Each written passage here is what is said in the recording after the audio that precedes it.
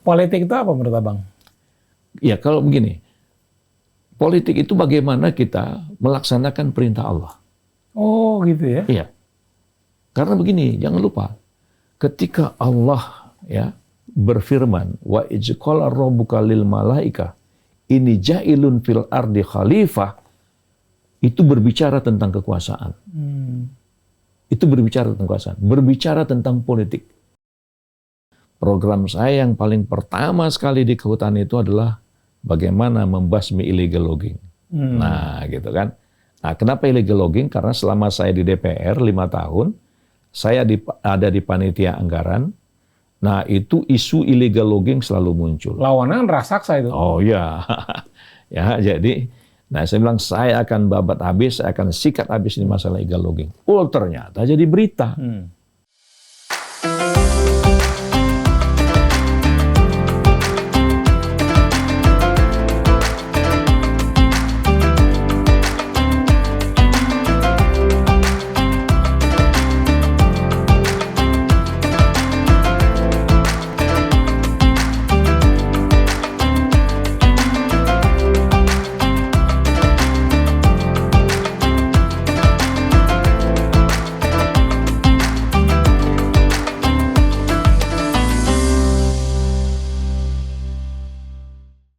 Bismillahirrahmanirrahim. Assalamualaikum warahmatullahi wabarakatuh. Allahumma sholli ala sayyidina Muhammad ala sayyidina Muhammad. Alhamdulillah kita jumpa lagi dalam RBT Ramadan bersama tokoh. Di sini ada Kang Atep Setiabudi. Alhamdulillah menemani kita. Yang kita hadirkan di sini, yang kita jumpai adalah seseorang yang Anda begitu kenal dulunya ya. Beliau ini lahirnya tanggal 5 Agustus tahun 58 di Medan. Di Binjai. Oh di Binjai. Salah saya. Di Binjai. SD-nya di Sungai Karang di Deli Serdang ya. SMP juga di sana di Deli Serdang. SMA-nya SMA 7 Medan. Kemudian juga S1-nya di Jayabaya. Kemudian S2-nya di IPB. Pernah jadi Menteri Kehutanan di zamannya Pak SBY. Pernah juga jadi anggota DPR. Anda tentu sudah kenal dengan baik MS Ka'ban. Assalamualaikum. Waalaikumsalam warahmatullahi wabarakatuh. Ini MS agak unik juga namanya, MS itu malam sambat. Kok malam ya? Malam. Ya, jadi gini, nama itu adalah nama ketika kami masih animisme. Nah, jadi itu bahasa daerah itu. Malam tuh malam waktu. Bukan,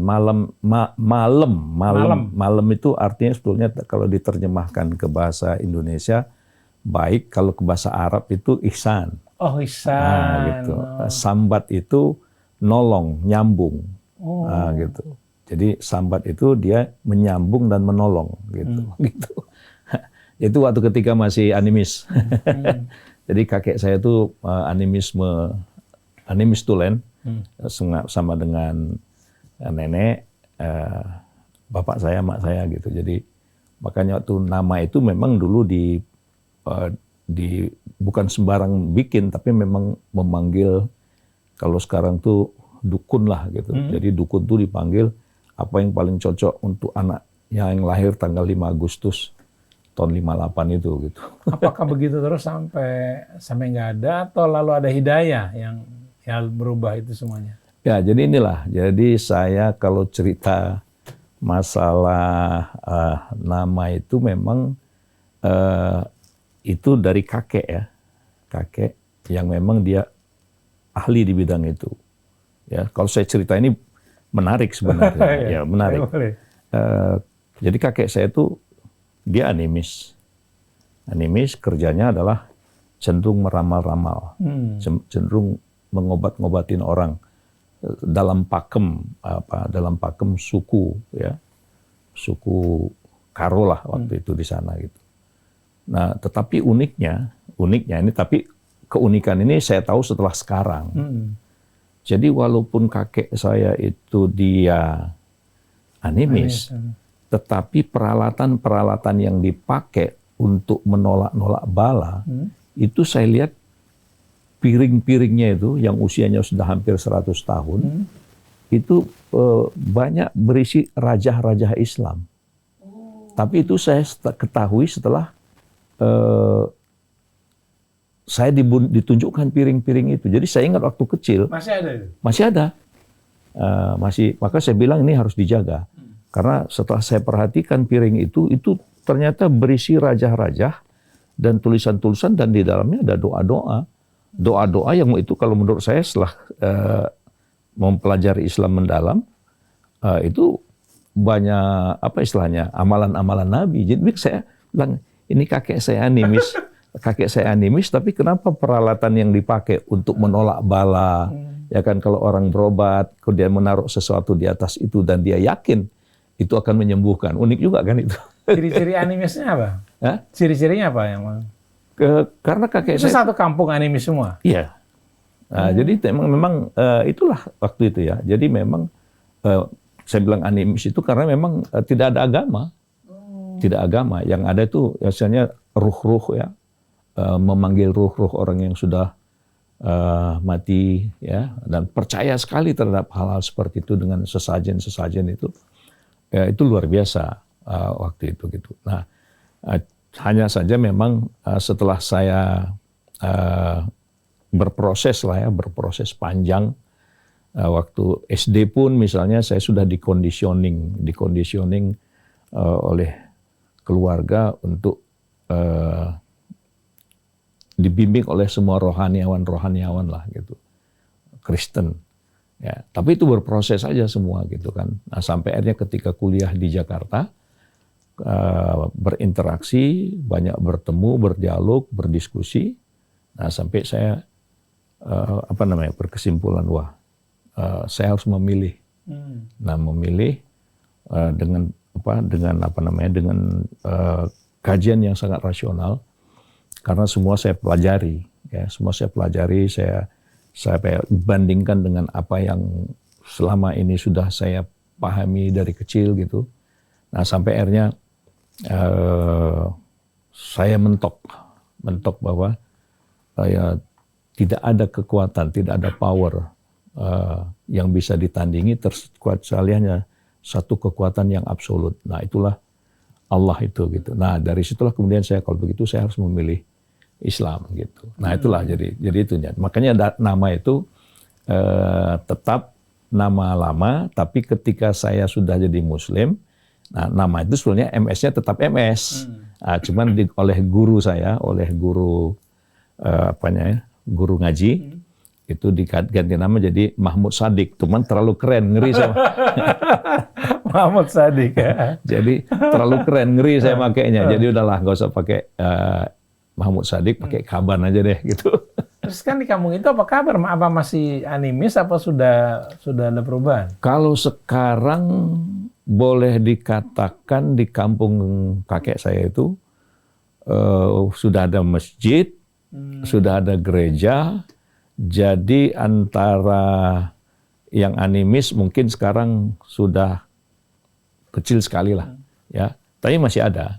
Ya, masih ada, karena dari terah nenek saya itu masih ada yang masih belum mau gitu ya, masih percaya dengan agama nenek moyang lah gitu. Tapi di Sumatera Utara tuh toleransinya bagus ya antara Islam dan Kristen. Kalau itu sih, bisa begitu?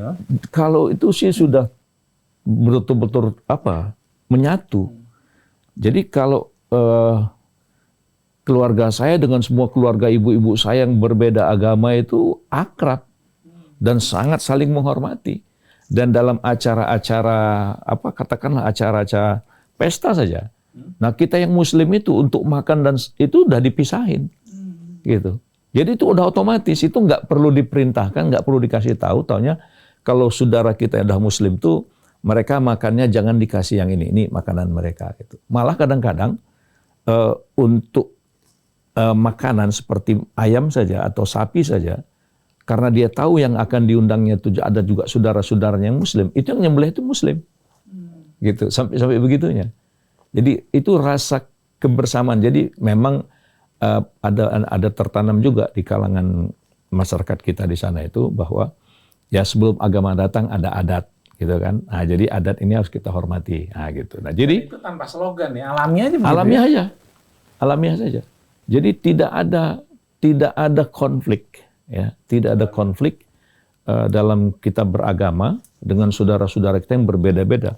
Sampai sekarang. Bagus ya. Saudara saya yang Kristen tuh ada yang Katolik, ada yang Protestan, ada yang Jehovah.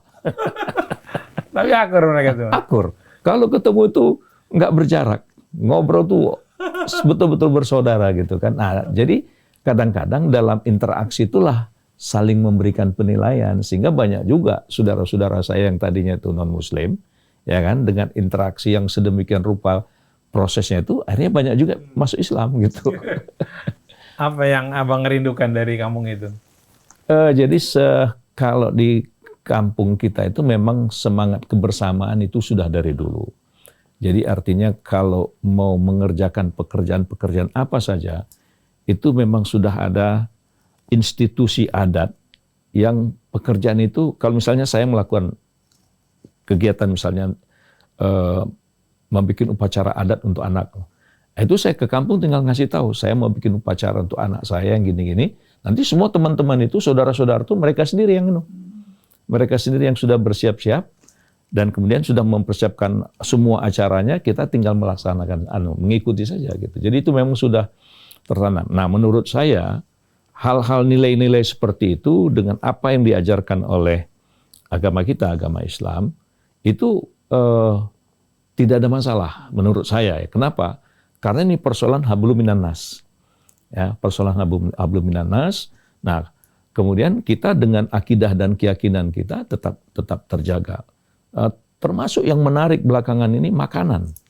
Ya, makanan-makanan itu sesembelihan itu pun itu sudah sangat menghormati, sangat menghargai. Kalau yang Muslim tuh jangan kasih mereka yang tidak dipotong dengan bismillah misalnya ya. Gitu. Jadi jangan dikasih mereka misalnya babi apa dan sebagainya itu. Udah tertanam lah gitu. Rata-rata mata pencarian mereka apa? Bertani atau apa? Banyak, ada yang jadi PNS ya, jadi PNS banyak, jadi PNS banyak. Kemudian mereka juga ada bertani, berkebun gitu kan. Nah jadi kehidupan itu secara dunianya menurut saya itu normal gitu kan. Kemudian dalam proses kita berinteraksi sesama warga Muslim non-Muslim itu saling menghormati dan juga sama-sama menjaga marwah agama masing-masing. Nah, kalau dalam perkawinan ada perbedaan agama nggak, gimana itu? Nah, jadi memang kalau di sekarang ini ya, kalau dulu masih tahun-tahun 70-an itu masih terserah, ya masih terserah lah gitu. Yang manapun itu kalian pilih baik gitu. Tapi sekarang itu sudah mulai memang udah pilihlah sesuai dengan agamamu, gitu. Nah jadi saling menjelaskan, saling memberikan pengertian gitu. Oke, kalau boleh tahu ada istilah ini Medan Bung, itu istilah itu gara-garanya apa itu? Ini Medan Bung. Ya itu banyak persepsi ya, tapi yang jelas menunjukkan orang Medan tuh orang yang punya harga diri, ya kan? Jadi istilahnya nggak bisa diatur-atur begitu aja, gitu kan? Hormatilah harkat kita sebagai manusia yang punya adat. Nah itu dihormatilah. Gitu. Biasanya ditujukan kepada orang yang di luar Sumatera Utara mungkin ya. Paling tidak supaya orang tahu bahwa orang Sumatera Utara itu cenderung dia harga dirinya memang agak tinggi, gengsinya agak tinggi. Jadi itu memang sudah tertanam, ya, udah tertanam sebagai anak Medan itu atau orang Sumatera Utara itu, apalagi bermarga kan. Nah, jadi masing-masing marga itu punya apa ya? Kalau saya bilang itu punya izah, punya kehormatan, kemuliaan tersendiri. Karena kita ketika bertemu dengan orang bermarga itu kita selalu cari. Misalnya saya bertemu dengan marga Purba misalnya kan. Nah, saya kan Kaban. Nah, dia Purba. Nanti saya tanya tuh, Purbanya Purba mana? Purba Simalungun atau Purba Tanah Karo? Nah, jadi kalau itu ditanya, nanti akan ketahuan. Jangan-jangan secara marga saya dengan dia adalah abang beradik. Panggilannya gitu. Jadi itu yang disebut. Jadi kalau dibilang ini Medan Bung, itu artinya kita itu punya nilai-nilai yang harus dipahami, harus dihormati gitu. Saya waktu tahun berapa pernah ke Medan, ada suatu bangunan banyak orang ini pakai bus, pakai ini. orang-orang rupanya itu ada wisuda. Jadi ya satu orang wisuda tapi saudaranya semua ikut nganter. Ya. Kayak di sini orang pergi haji satu yang nganter banyak. Benar-benar ini ya, luar biasa ya. Itulah rasa menghormati, ya, menghormati dan kebanggaan. Jadi ada penghormatan, ada kebanggaan terhadap kesuksesan gitu. Makanya itu semua ikut merasakan gitu ya. Saya pikir ada apa orang di wisuda ini saudara-saudaranya ikut semua. Mirip-mirip haji lah. Luar biasa. Nah, kenapa di Medan, Bika Ambon kenapa banyak di Medan? Ini mungkin banyak yang belum ngupas nih. Kenapa itu? Tapi kan itu Bingka Ambon ini, ya saya juga hanya mencoba menghayati. Gini, seingat saya waktu kecil, semua orang Ambon yang ada di Sumatera Utara itu orangnya hitam. Oh, gitu. Bukan keling, bukan keling. Bukan. Keling lain lagi ya? Lain lagi. Nah, jadi semua orang Ambon yang ada di Medan waktu itu badannya tinggi-tinggi, gagah-gagah, ganteng gitu kan, tapi hitam. Nah, gitu.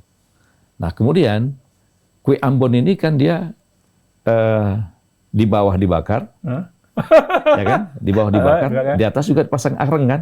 Nah, jadi hitam. Nah, jadi maksudnya Bika Ambon. Oh gitu. Tapi itu kan ya mungkin itu asal muasal ceritanya, karena seingat saya dulu ada wasit sepak bola di Sumatera Utara itu namanya Pence Matualesi. Orangnya gagah, gagah sekali. Kalau dia mimpin pertandingan tuh sangat tegas gitu kan. Itu orang Ambon, Matualesi kan. Nah, jadi kata-kata Bingka Ambon tuh ya karena itu tadi. Ya mungkin di Medan juga ada istilah pisang Ambon tuh karena orangnya gagah-gagah, besar-besar, gede-gede. Jadi pisang Ambon gitu kan. Kalau sini kan jadi pisang lumut. Gitu. Oh, dulu banyak orang Ambon. Banyak Ambon. Ya? Kenapa banyak orang Ambon ya? Kenapa banyak orang Ambon kan dari... Ya itu mungkin proses panjang lah ya. Karena di kita ini kan, di negara kita ini kan proses perpindahan itu ada, dan apa juga dulu ada mungkin apa istilahnya ya, sultan-sultan, kemudian ada juga waktu itu mungkin kantor-kantor perkebunan Belanda dan sebagainya. Saya kira itu banyak. Kalau Sumatera Utara saya kira itu kaya dengan hasanah seperti itu. Jadi misalnya orang India sehingga ada namanya Kampung Kling, ya kan? Nah, kemudian malah disebut Kampung Madras, ya. Kemudian pecinaan misalnya itu sudah dari dulu gitu kan. Nah, begitu juga kantor-kantor perkebunan banyak sekali di Sumatera Utara itu, yang ada London Merchant, banyak lah ya, PT-PP London Sum dan sebagainya itu yang dulu saya. Kemudian ada rumah sakit Uni Royal misalnya di daerah Asahan. Ya itu mungkin waktu itu mereka merekrut semua warga negara Indonesia dari manapun, ya termasuk orang-orang Ambon gitu. Masya Allah, itu cerita Medan ya. Tempat di mana dulu pernah lama ya. Di SMA 7 Medan. Nah, terus abang kan pernah kuliah di IPB. Ya. Kenapa alumni IPB kebanyakan kok nggak di pertanian, malah kerja jadi wartawan, di bank? Kenapa begitu katanya? Institut fleksibel banget. Ya, itu kan apa namanya ya, profesi ya. Nah, karena begini, saya sangat dapat menghayati karena Institut Pertanian Bogor itu sangat cepat ya mengembangkan program-program. Ya, jadi kemudian tidak bisa dihindari, IPB itu sangat kuat sekali statistiknya. Ya, dengan saya dulu dapat dari Dr. Aunuddin ya, kemudian banyak senior-senior yang misalnya dapat dari Andi Hakim Nasution, ada juga dari Profesor Macik. Itu semua jago-jago statistik yang melatih cara berpikir ilmiah itu gitu. Yang menurut saya itu luar biasa. Nah, ketika itu dimasukkan ke hampir semua program studi, statistiknya sangat kuat. Jadi metodologi ya penelitiannya itu. Nah, saya kira ketika mereka mengambil program-program studi yang sesuai dengan bakat dan minatnya, lalu itu dikembangkan dengan kebutuhan pasar, saya kira itu matching aja. Nah, misalnya gini, kenapa kok banyak kerja di bank? Ya, karena di bank itu kan butuh data. Nah, data-data dan banyak perhitungan-perhitungan, dan orang-orang yang masuk ke IPB itu kalau S1 itu kan nggak boleh dikatakan matematiknya terkualifikasi lah gitu kan. Pemikiran-pemikiran IPA-nya itu luar biasa gitu. Nah, jadi apa saja bidang studi yang sudah diprogramkan di IPB itu adalah menjawab tuntutan kebutuhan yang terjadi pada saat sekarang ataupun masa yang akan datang. Misalnya gini, saya ketika mengambil program perencanaan pembangunan dan wilayah pedesaan. Nah, lalu ketika mau bikin tesis, profesor saya itu menyuruh saya melakukan studi dalam kawasan Taman Nasional. Gitu. Mula-mula saya berpikir, apa sih maksud profesor ini? Perencanaan pembangunan pedesaan, kok saya disuruh mempelajari studi kasus tentang kawasan Taman Nasional.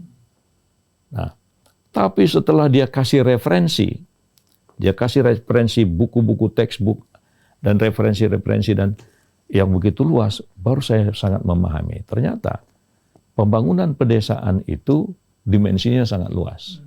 Nah, begitu juga dengan Taman Nasional.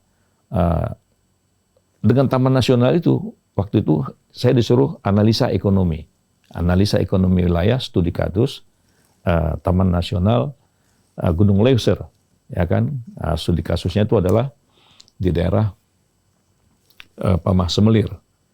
Nah, jadi setelah saya ikutin, saya baca referensi yang dikasih oleh profesor, nah kemudian dengan metodologi ilmu yang diajarkan oleh para ahli-ahli itu, saya dapat berkesimpulan bahwa ternyata untuk membangun sebuah wilayah itu, ternyata semua potensi wilayah itu harus diperhitungkan, dan semua punya nilai. Nah sebenarnya, makanya kemudian setelah saya tamat, kadang saya pikir, untuk apa ilmu saya ini, gitu kan? Karena saya bicara tentang, jadi waktu itu saya disuruh mengukur, menilai bagaimana menghitung kekayaan satu kawasan hutan, ya, di plot, yang dinilai adalah bukan timbernya. Jadi bukan timbernya, bukan kayunya yang di ini. Nah, karena selama ini orang berorientasi timber. Nah, tapi saya disuruh yang spesial non-timber. Nah, ternyata dengan metodologi ilmu yang diberikan, ya, dengan referensi yang cukup, nah sehingga saya dapat mengetahui bahwa untuk menilai kekayaan satu wilayah, maka bisa kita lihat bagaimana kondisi hutannya, bagaimana kondisi non-timbernya, bagaimana dampaknya terhadap masyarakat. Nah, itu menurut saya sesuatu yang luar biasa dari program perencanaan pembangunan pedesaan yang digagas oleh IPB beberapa puluh tahun yang lalu. Gitu. Nah, jadi kalau tadi ditanya kenapa ya, gitu ya? Karena IPB itu dia menjawab apa yang menjadi tantangan masa depan. Di semua jurusan? Hampir sesuai dengan jurusan. Gitu.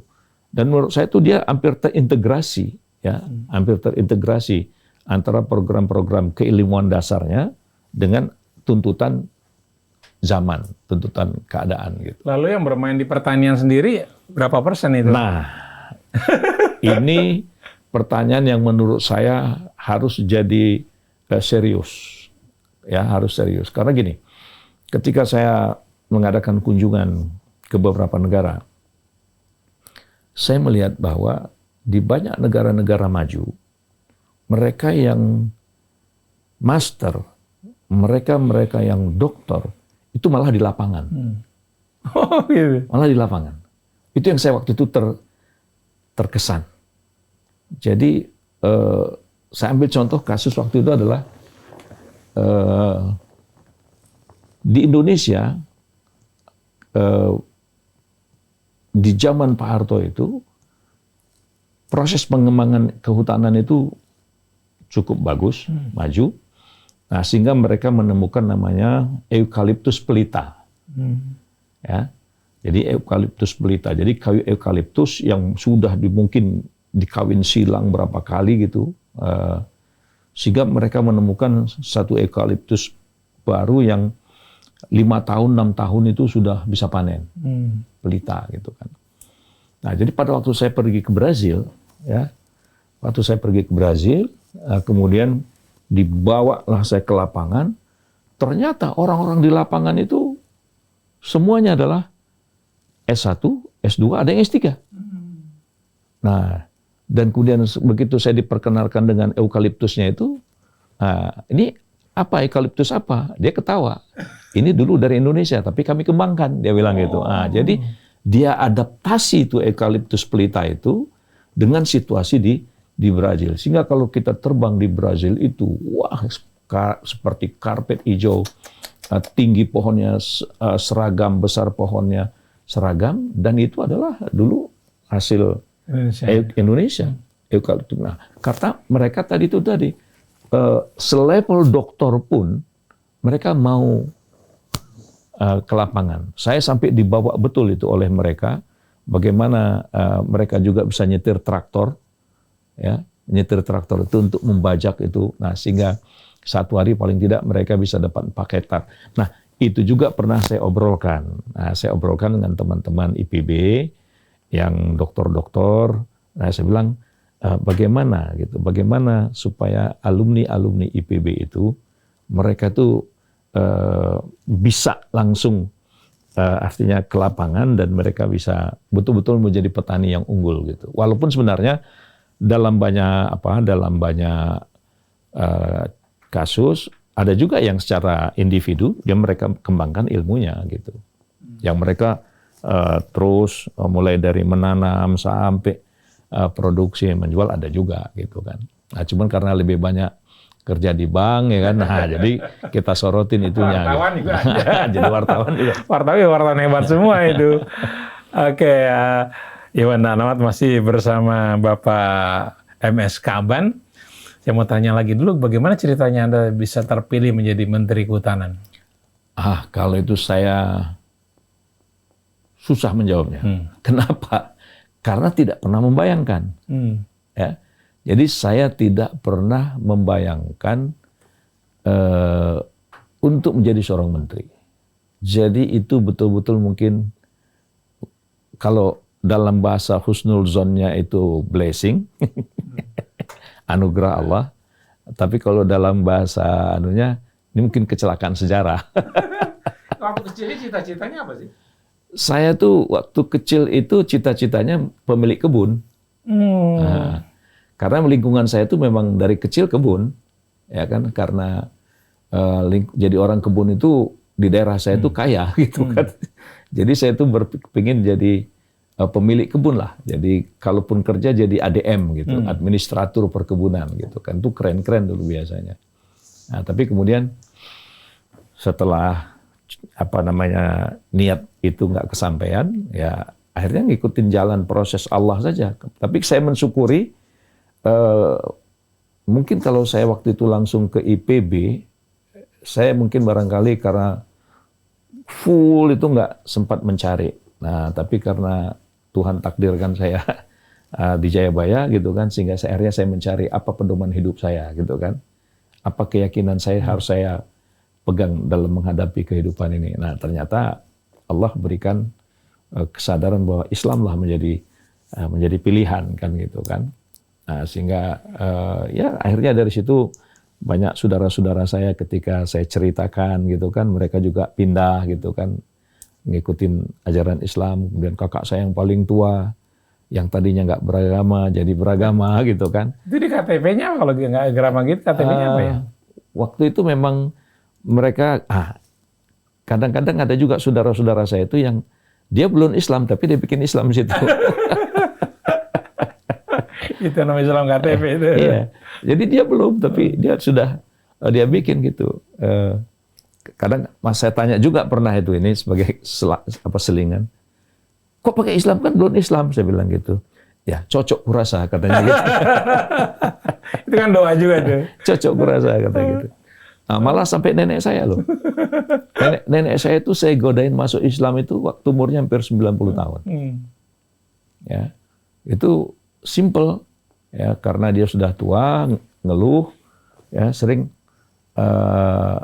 dan dia nenek saya ini kalau suruh jemput ke kampung dia hanya mau saya yang jemput.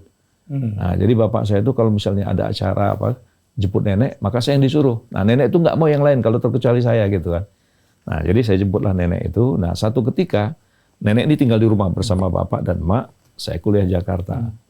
Nah, kemudian satu ketika liburan, saya pulang ke Binjai. Nah, nenek saya ada di situ. Nah, sepanjang pagi itu dia selang, kalau begini terus aku mati sajalah, gitu ya. Kalau begini keadaannya aku mati sajalah. Saya dengerin kata-kata mati itu, ini nenek ini kok, ya tapi udah tua gitu. Nah, akhirnya bilang, Nek, nanti nenek kalau mati, saya bilang, itu enggak kami urus. Dia langsung, kok begitu? Katanya gitu kan. Kok begitu kau bilang? Katanya gitu. Ya, karena nenek belum Islam. Saya bilang gitu kan. Karena nenek belum Islam. Kalau Islam kenapa rupanya? Katanya gitu kan. Ya kalau Islam tuh Nek, dia dimandikan, dia bilang, dibersihkan. Terus dipakaikan pakaian yang rapi, pakai kapan, saya bilang. Terus disembayangkan. Nah kalau nenek nggak Islam, cemana? Saya bilang gitu. Itulah kalau hidayah. Dia terdiam sebentar. Terdiam dia sebentar. Terus apa dia bilang? Maulahku Islam. Bayangkan itu untuk umur hampir 90. Terselamatkan ya. Terus karena saya telepon abang saya paling tua, ya, saya telepon abang saya paling tua. Bang, saya bilang aku ngomong sama nenek bilang dia mau Islam. Yang benar kata abang saya gitu kan. Terus saya kasih tahu sama bapak saya kan, Pak, tadi aku cerita sama nenek musuh. Alhamdulillah, cepat urus katanya. Akhirnya dibawa pulanglah nenek itu ke kampung, ya kan, saudara-saudara dia, angkatan dia yang sepuh juga setahu. Nah di situ juga ada nenek-nenek saya yang lain yang satu sebaya dengan dia. Ngapain kalian Islamkan dia, katanya. Udahlah, biar ada kawanku, katanya.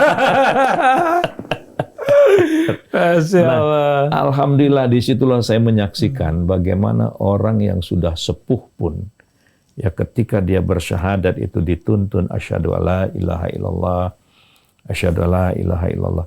Nah setelah dituntun dia 3 kali dituntun asyhadu alla illallah, waktu Muhammad Rasulullah tuh nyambung tuh. Masya Allah.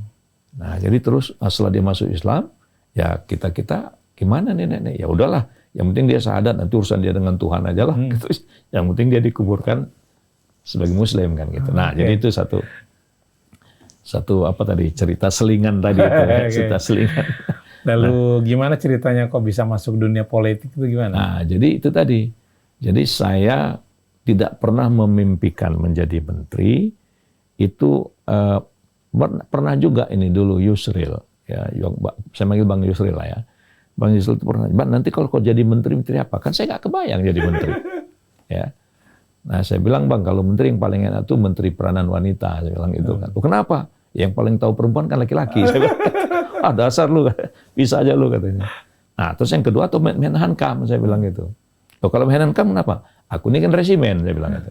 Nah, kalau resimen itu, ya kita beli senjata lah, saya bilang itu. Bikin Indonesia negara kuat. Nah, tidak ada negara yang kuat itu tanpa persenjataan, saya bilang. Kalau itu saya ada gini, udah gitu aja. Nah, jadi ternyata setelah beberapa saat itu ada pemilihan presiden, kita dukung SBY kan gitu. Kita dukung SBY, saya dukung SBY itu tulus. Tidak ada pretensi, tidak ada keinginan jadi apa-apa. Saya karena sudah jadi anggota dewan kan. Cuman saya lihat waktu itu SBY tampilannya bagus, bahasanya bagus, komunikasinya bagus, kemudian ibadahnya bagus. Bagi saya itu udah kriteria gitu kan. Kalau orang sudah ibadahnya bagus, nah kemudian bagaimana dia bisa menempatkan diri menghormati para ulama. Nah, jadi saya pikir ketika saya ditanya beberapa kalangan, siapa ya Pak Kaban, Mas Kaban, Presiden Indonesia ke depan? Ya kalau saya ditanya, saya bilang orang yang paling pas itu SBY. Itu. Nah, tapi saya tidak pernah bertemu dengan SBY ngomong itu. Gitu kan. Nah, hanya saja pada waktu partai-partai, nah kita mengusung beliau. Nah, lalu dengan satu keyakinan, dengan tampilan dia, kita yakin rakyat mudah bersimpati. Alhamdulillah. Nah kemudian tengah malam, bukan tengah malam lah, kira-kira jam 10-an malam, ketika pembentukan kabinet, saya itu di Bogor. Saya di Bogor udah mau tidur lah gitu kan.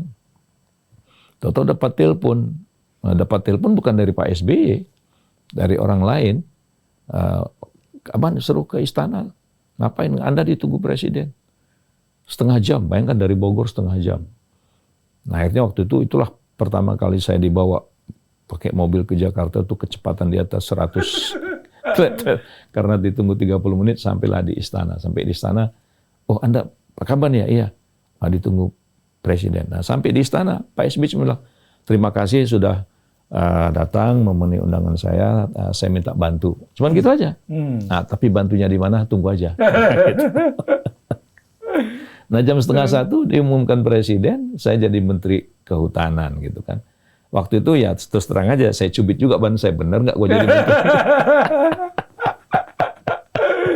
Terus dikasih tahu kan, besok Anda jam 10 ada serah terima pelantikan gitu kan di istana. Ya udah malam itu pulang. Nah begitu saya pulang di tengah jalan, itu kan udah jam 1 lebih kan, masuk ke dalam HP saya itu pesan, Anda tidak cocok jadi menteri kehutanan. Coba tuh, belum apa-apa udah digituin. Sama orang. Ya udahlah, saya agak juga digitukan kantor sebelah. Saya tahu kelemahan hutan. Saya kan pakai politik gergaji. Gitu. Nah, itu asal kalau cerita jadi menteri itu nggak pernah terbayang lah gitu kan. Tapi ya itu sudah merupakan garis Allah yang harus kita jalani aja gitu. Nah ternyata memang ya alhamdulillah bisa sampai akhir periode. Jadi 5 tahun penuh yang kita jalani dengan segala liku-likunya. Saya waktu itu hanya berpikir meminta pada Allah, ya Allah, jika amanat ini baik untuk saya, untuk keluarga, dan untuk bangsa ini, berikan saya kekuatan. Tapi jika ini tidak bermanfaat untuk negara dan bangsa saya, maka cabutlah kembali jabatan ini. Itu aja. Itu saja doa saya terus kepada Allah. Maka apapun yang terjadi, yang menimpa, saya selalu mengatakan, saya kembalikan pada Allah. Ya Allah, Engkau paling tahu apa yang kukerjakan. Engkau melihat apa yang kukerjakan, ya Allah. Nah, bimbing aku, tuntun aku, ya, karena ini semua adalah amanah-Mu. Itu saja. Prinsip yang sering saya lontarkan dalam semua keadaan. Nah, alhamdulillah, selesai saya pelantikan itu, saya kan masih blank. Ya kan, aku jadi menteri kehutanan. Apa ya, gitu. Nah, tahu-tahu begitu selesai pelantikan, diserbu sama wartawan. Wah, itulah ujian pertama kan. Ada yang manggil abang itu, Bang Kaban, Anda jadi menteri kehutanan, ya kan? Apa program Anda, gitu kan? Untuk kehutanan tuh, karena background saya kan bukan kehutanan, ya kan? Nah, tapi mereka lupa tesis saya itu kan tadi tentang hutan kan, tentang bagaimana menganalisa ekonomi produk-produk non-timber kawasan Taman Nasional kan gitu. Jadi itu, nah saya bilang gini deh, program saya yang paling pertama sekali di kehutanan itu adalah bagaimana membasmi illegal logging. Nah gitu kan. Nah kenapa illegal logging? Karena selama saya di DPR 5 tahun, saya ada di panitia anggaran. Nah itu isu illegal logging selalu muncul. Lawannya kan raksasa itu. Oh ya, ya jadi. Nah, saya bilang, saya akan babat habis, saya akan sikat habis ini masalah illegal logging. Oh, ternyata jadi berita. Hampir seluruh media meng-quote pernyataan itu, media-media mainstream meng-quote itu, termasuk juga media-media asing. Nah, ternyata itu, nah rupanya Presiden, Pak SBY, membaca itu juga. Ada respon yang cukup positif dari publik tentang pemberantasan illegal logging. Nah, dalam sidang kabinet, Pak SBY itu langsung perintahkan, ini program. Gitu. Nah, jadi program pemberantasan illegal logging itu, ide saya secara spontan merespon wartawan, menjadi berita, tapi kemudian itu menjadi masalah, kemudian oleh Pak SBY diarahkan, ini jadi program. Berantas illegal logging. Nah, apa yang menarik dan menjadi perhatian dunia, illegal logging waktu itu kasusnya per tahun hampir 3.900 kasus. Ya. Nah, di akhir periode 2009 itu masalah kasus illegal logging itu menurun sampai hanya tinggal 300-an kasus. Nah, itu oleh dunia dianggap sebagai sesuatu yang luar biasa karena tidak diduga. Nah, waktu itu pun saya sempat diundang ke Forum United Nation. Ada satu forum yang khusus saya diundang waktu itu untuk membicarakan tentang apa program kehutanan Indonesia gitu. Nah, salah satu poin yang saya jelaskan waktu itu adalah menyangkut masalah pemberantasan illegal logging ini itu tidak bisa diselesaikan Indonesia. Gitu. Saya bilang ini tidak bisa karena ini menyangkut hukum ekonomi, supply and demand, saya bilang gitu. Nah, oleh karena itu kalau mau illegal logging ini betul-betul teratasi oleh Indonesia, maka negara-negara yang memproduksi menggunakan kayu-kayu ilegal jangan ditampung. Nah, itu dapat aplaus. Saya bilang, omong kosong kita bisa memberantas illegal logging kalau negara-negara industrinya itu menampung kayu-kayu ilegal. Ternyata oleh beberapa negara itu direspon, ya, di-aplaus gitu ya. Nah, sehingga ketika saya turun dari mimbar itu, beberapa negara nyalamin, excellent Minister katanya. Saya bilang, kenapa? Kan biasa aja. Kami nggak pernah dengar Indonesia pidato begitu katanya. Nah, itu jadi menurut saya, mungkin karena selalu minta kepada Allah gitu, jadi ada diberikan kesempatan sehingga akhirnya Indonesia mendapat perhatian dan kemudian ya alhamdulillah kan waktu itu kan siapa nyangka dengan prestasi SBY sebagai presiden, dengan program illegal logging yang dia support habis, ya saya ingat bagaimana Pak SBY mengundang Panglima TNI, mengundang Menko Polhukam, mengundang Kapolri untuk mensupport illegal logging ini harus dibasmi. Dan itu alhamdulillah bisa. Nah, sehingga kemudian kita tuh banyaklah kalau diceritakan ini sebagai satu terobosan yang dibikin oleh Pak SBY waktu itu, dan saya sebagai menteri merasa betul-betul terlindungi karena yang dihadapin ini luar biasa. Siapa pemain itu? Waduh, taunya itu awalnya pakai A semua tuh, ada Abi, ada Abun, ada apa semualah gitu kan. Banyak itu pemain-pemainnya gitu. Tapi mereka sebenarnya kalau kita tegas mereka juga hormat. Jadi kalau kita konsisten menegakkan hukum, mereka juga berpikir kok. Ya. Jadi kuncinya satu, penegakan hukum itu konsisten. Jangan kita tergoda. Tidak ada sosialisasi regulasinya. Jadi sebenarnya bukan. Regulasi itu Indonesia sudah cukup lengkap. Indonesia. Persoalannya adalah dari law enforcement-nya. Dari penerapan hukum itu sendiri yang kadang-kadang terlalu banyak kompromi gitu. Nah, terlalu banyak kompromi ini tadi mungkin karena banyak pihak yang terlibat. Nah, alhamdulillah di zaman itu 2004-2009 Pak SBY itu tegas, ya, dia tegas, dia tegas mengingatkan bahwa kita jangan lagi mentolerir hal-hal yang melanggar hukum. Jadi korps kita, dia bilang korps kita itu jangan dikorbankan untuk melanggar hukum. Jadi, nah ini bagus karena waktu itu Pak SBY itu satu, dia persoalan law enforcement dia pegang teguh. Kedua, dia sangat menghormati sistem. Nah, jadi sistem itu adalah bagaimana undang-undang. Kemudian dia juga sangat menghormati kebijakan yang positif. Nah, jadi maksudnya apa? Apa program-program pemerintah di masa lalu yang positif, yang itu bermanfaat masyarakat oleh Pak SBY itu terusin. Nah, itu jadi nyambung. Nah, nyambung. Jadi kita sebagai menteri juga bukan beda menteri, beda kebijakan, jangan begitu gitu. Jadi kita apa yang diarahkan presiden sesuai dengan undang-undang jalan gitu. Nah, itu yang saya rasakan gitu. Jadi kalau pengalaman jadi menteri ya begitulah. Jadi itu di luar mimpi pun nggak pernah. Jadi tugasnya Menteri Kehutanan sebenarnya apa itu?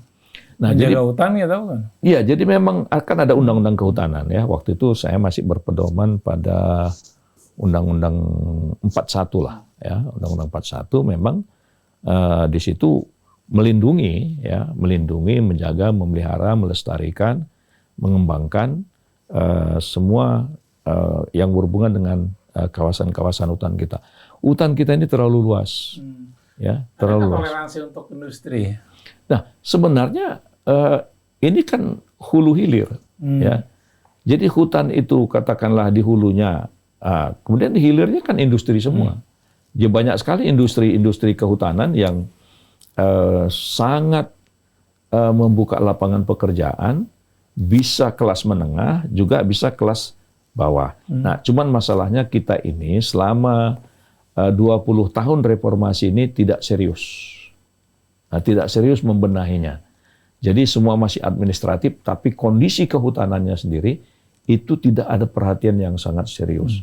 Nah, sehingga ini selalu menjadi rebutan-rebutan saja. Nah, kalau saya prinsipnya sebenarnya semua hutan kita ini apapun statusnya yang rusak itu harus ditanami. Ya, harus ditanami. Jangan tawakal, jangan diserahkan kepada alam. Serahkan pada alam sih bisa, tapi butuh 100 sampai 200 tahun. Tapi kalau kita ikut ya pemerintah ikut bersama ikut memprogramkan itu memang harus ditanam. Saya yakin 20 tahun itu bisa pulih. Tapi konsisten ya.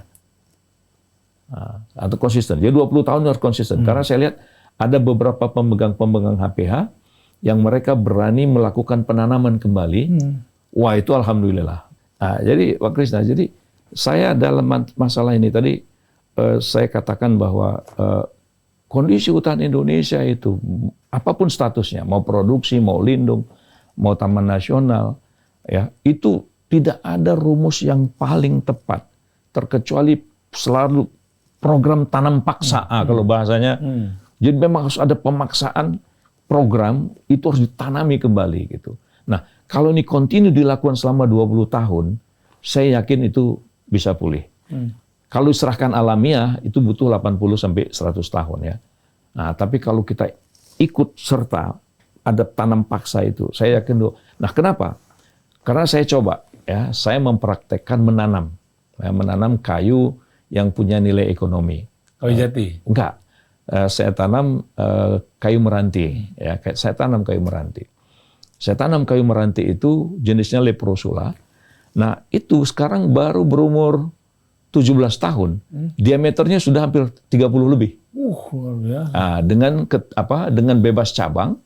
Bebas cabangnya lebih dari 20 meter. Jadi saya bilang sama anak saya, kalian untuk anak-anak kalian nggak usah dipikirkan lagi, saya bilang.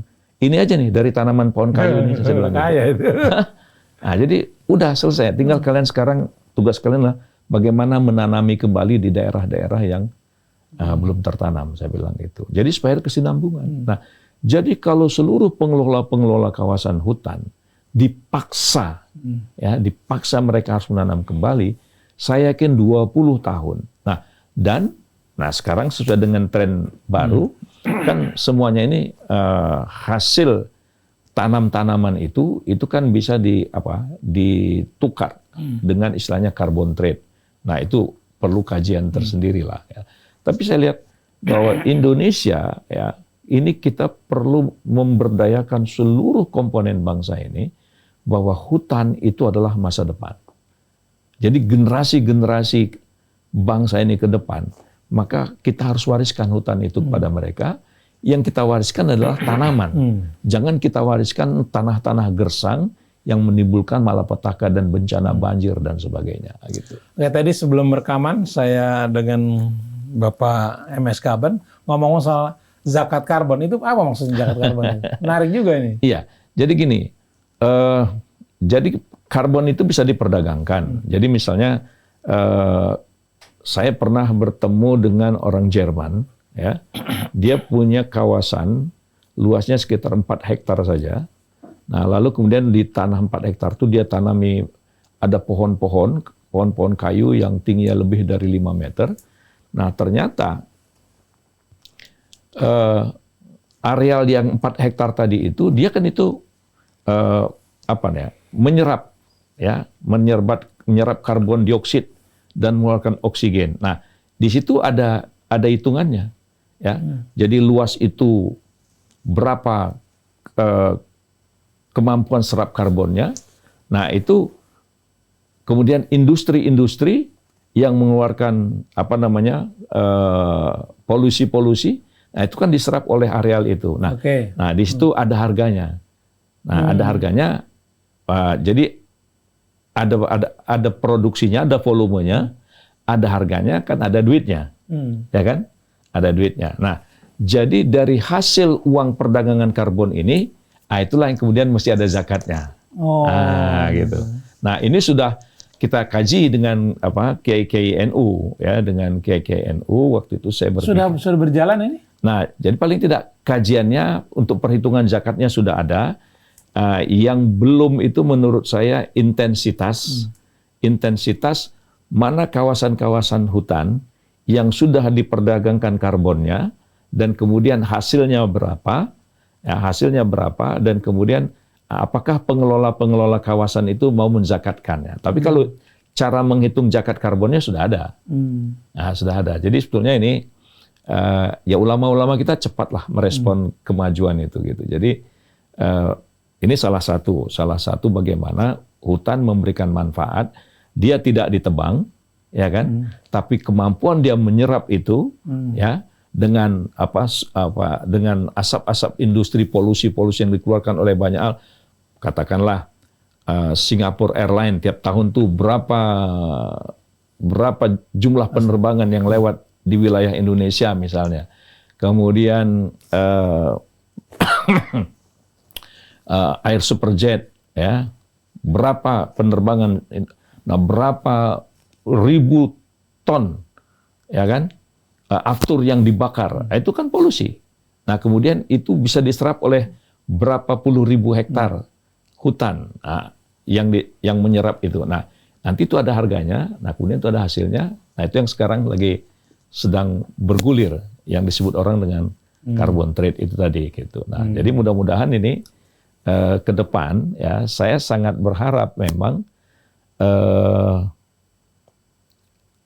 masyarakat harus betul-betul diberi insentif. Nah, jadi masyarakat yang dia menanam areal-areal kawasannya itu dengan tanam-tanaman pepohonan, ya, sampai umur tertentu, mereka harus menghasilkan. Ada carbon trade-nya gitu. Nah, dengan demikian potensi zakatnya juga sudah bisa dikeluarkan gitu kan. Nah, ini menurut saya sesuatu terobosan lah gitu. Ini ijtihad baru gitu. Nah, saya mau ke Kebun Raya Bogor, tempat di mana Abang tinggal di Bogor ya. Itu Kebun Raya Bogor kan pohon-pohonnya udah tua-tua itu. Ya. Saya suka khawatir itu kadang tumbang gimana itu? Gimana begini KP-nya itu? Kalau Kebun Raya Bogor itu dulu langsung di bawah LIPI. Ya, jadi pengelolaannya di bawah LIPI. Dan itu sebetulnya pusat riset, ya. Jadi Kebun Raya Bogor itu adalah pusat riset karena tanaman-tanaman pohon-pohonan yang ada di sana itu banyak yang berasal dari negara lain yang dicoba ditanam di daerah tropis ini gitu. Nah itu saya kira banyak.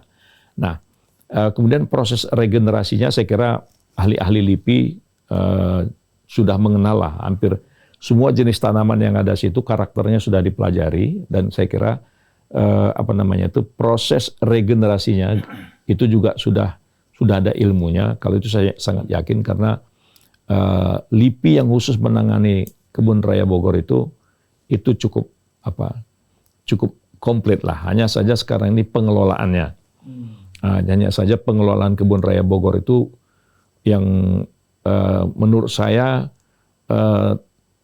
sudah menyimpang dari pakem kehadiran kebun raya itu sendiri. Dia dimanfaatkan sebagai kawasan wisata, oke, tapi harus ada batas. Nah, supaya kawasan kebun raya itu sebagai kawasan biosfer kita katakan itu tetap terjaga, terpelihara, tidak hanya dari segi habitat lingkungannya, tapi juga untuk menjaga idealisme kenapa kebun raya itu dijaga. Jadi di sini memang mencari titik keseimbangannya itu perlu betul-betul bijak. Jangan semata-mata komersial, ya kan? Kalau dia semata-mata komersial, nanti ada ada efek negatif kepada kawasan itu sendiri, dan untuk membenahinya butuh waktu yang panjang gitu. Abang kan boleh bilang bekas menteri itu kan, Masya Allah itu luar biasa. Kok begitu turun nggak power syndrome sih? Wah, katanya waktu jadi anggota DPR juga masih sempat naik kereta gitu. Gimana? Ya itu? Alhamdulillah. Jadi saya kira gini, saya dari awal ya kan kita ini dari muda sejak zaman mahasiswa sudah terbiasa ya dengan semua dengan teman-teman gaul lah ya teman-teman gaul. Jadi ya banyak orang memang nanya kok tidak. Saya bilang kenapa harus power syndrome? Saya bilang orang ini semua kehidupan yang harus kita jalani. Saya bilang nggak ada yang bagi saya jadi menteri itu istimewa tuh biasa aja saya bilang gitu karena orang yang datang ke rumah semua teman-teman oke aja, welcome aja gitu kan. Mau di rumah, mau di musola ketemu ngobrol biasa aja. Jadi begitu selesai pun jadi menteri, ya saya dengan semua pegawai-pegawai di kehutanan itu santai aja, biasa aja. Nah, sampai sekarang itu walaupun sudah lama gitu kan, kalau ketemu masih kayak gimana ya, kayak kawan gitu. Karena dia merasa bahwa dulu mereka nggak pernah dipaksa-paksa, mereka nggak pernah ditarget-targetin apa, yang penting yuk kerja ikutin prosedur gitu aja. Jadi aman gitu, jadi aman. Jadi power syndrome itu kan kalau kita merasa kekuasaan adalah segala-galanya. Tapi bagi kita kan nggak, bahwa kekuasaan itu adalah amanah. Ya kan, ketika amanah itu diberikan, kerjakan, ya kan. Kalau kita ada salah, minta ampun. Gitu. Simple aja gitu ya.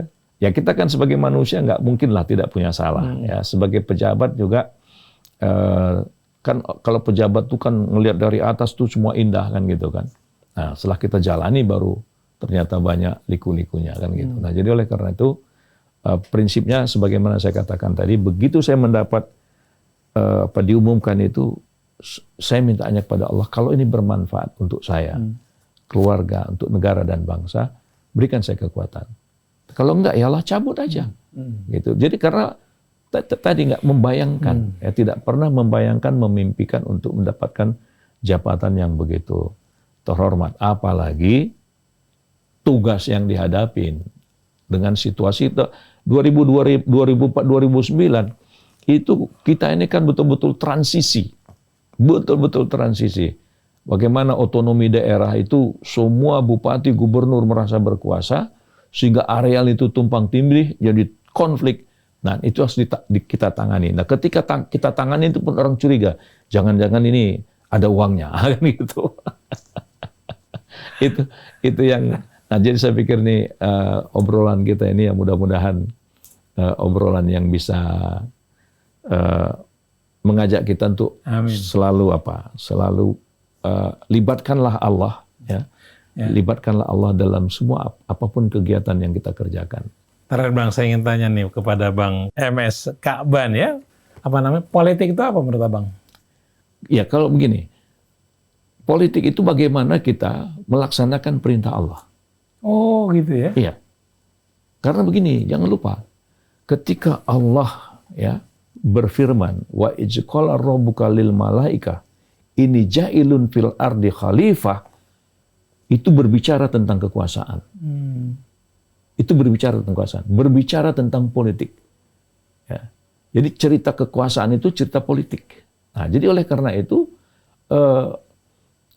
kita sebagai seorang Muslim, ya sebagai seorang Muslim, apapun posisi kita, jangan lupa kau didatangkan oleh Allah itu untuk memimpin, untuk menggantikan. Menggantikan apa? Menggantikan semua perubahan-perubahan yang ada. Jadi saya menghayati itu. Jadi ketika Allah wa ijqala rabbuka lil malaika ini ja'ilun fil ard, ya kan? Aku turunkan ke bumi untuk jadi penguasa. Jadi politik itu kekuasaan. Ini klimaks. Ini klimaks. Jadi kalau cerita kekuasaan itu selalu timbul rame, ya memang dari awalnya rame. Karena belum apa-apa udah diprotes kan. Ya masa kok ciptakan ya Allah, gitu kan. Nah itu kan bukti ramenya itu. Nah jadi kita, politik itu adalah cerita kekuasaan, dan kita harus terlibat dalam kekuasaan itu. Nah yang penting bagaimana kekuasaan itu menjadi sebuah amanah gitu. Nah ini yang Jadi saya berharap lah kita jangan alergi cerita politik ya, karena politik itu cerita kekuasaan dan kita harus terlibat di dalamnya. Gitu.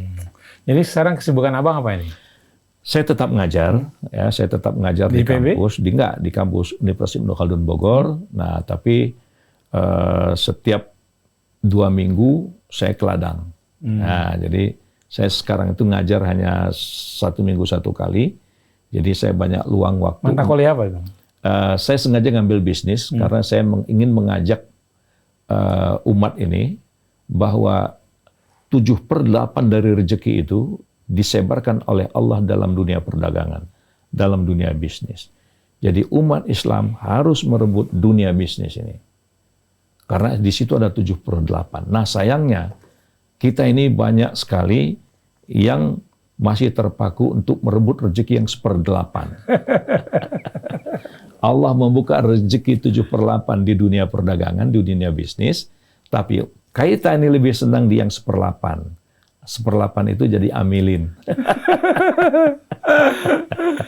Gitu. Nah, jadi gitu. Jadi saya sengaja mengambil kuliah masalah bisnis ini karena ya banyak hikmah.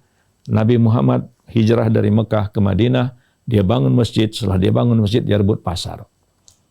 Jadi harusnya kita kaum muslimin itu sangat logik. Indonesia mayoritas muslim, maka resources itu harus dikelola oleh kaum muslimin ini. Gitu. Baru makmur. Masya Allah. Oke, demikian tadi bincang-bincang kami dengan MS Ka'ban ya. Banyak pengetahuan yang kita dapat tadi, juga hikmah ya. Terima kasih Bang Ka'ban, mudah-mudahan sehat. Salam buat keluarga. Baik, saya Muhammad Krisna, Atep Setiabudi, mohon pamit. Wabillahi taufiq wal hidayah. Assalamualaikum warahmatullahi wabarakatuh. Waalaikumsalam warahmatullahi wabarakatuh.